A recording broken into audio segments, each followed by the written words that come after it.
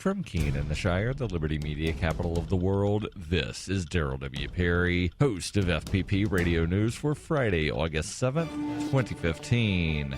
Silver is trading at $14.81 per ounce. Gold is valued at $1,092 per ounce. And according to BitcoinAverage.com, the average price of Bitcoin is $282.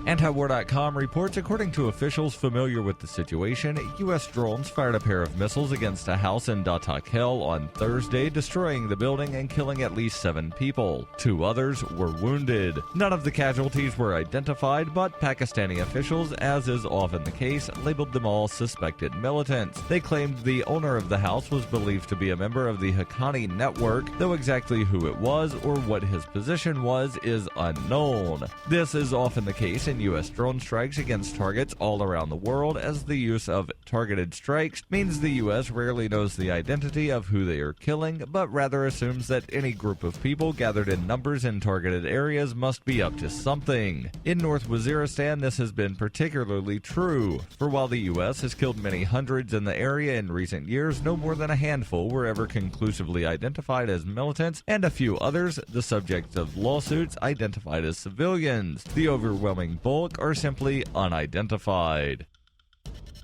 For over 35 years, Robertson Roberts has been a trusted source for buying and selling your investment-grade precious metals. They also take Bitcoin for precious metal purchases and permanently removed the minimum purchase order for all orders paid in the digital currency. Call Robertson Roberts today for knowledgeable advice on investing and a forward-thinking approach to new technologies. 850-478-5270 or online at rrbi.co.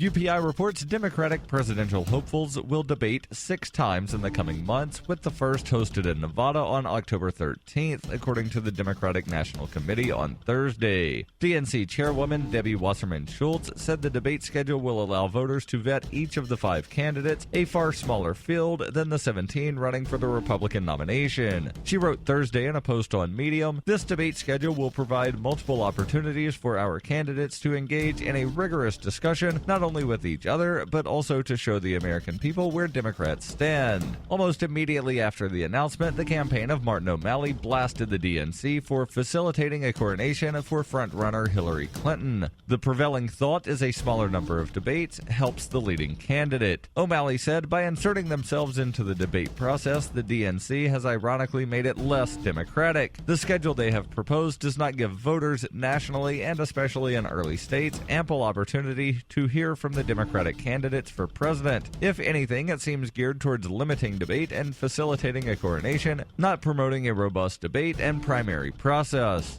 In addition to Hillary Clinton and Martin O'Malley, Vermont Senator Bernie Sanders, Virginia Senator Jim Webb, and former Rhode Island Governor Lincoln Chafee are in the running.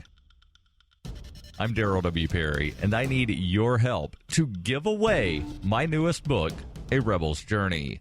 The book describes my path to the ideas of liberty, which began as a search for traditional values. If you donate, not only can you get the ebook and the audiobook for free, but you can get bonus audio content, including interviews with Jeffrey Tucker, Lynn Ulbricht, Ben Stone, Gardner Goldsmith, and Stephen Kinsella. Or you can get a signed copy of the paperback book and more. To find out more about the book or to donate, visit arebelsjourney.com.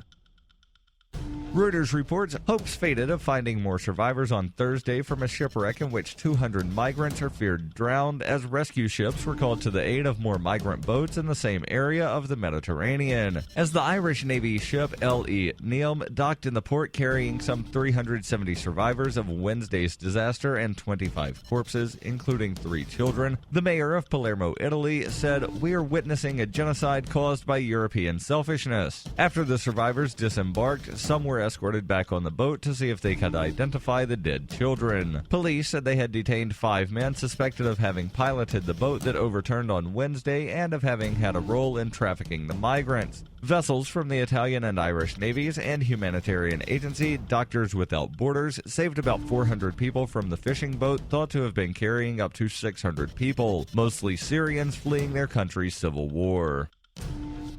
This has been FPP Radio News, online at fppradio.com.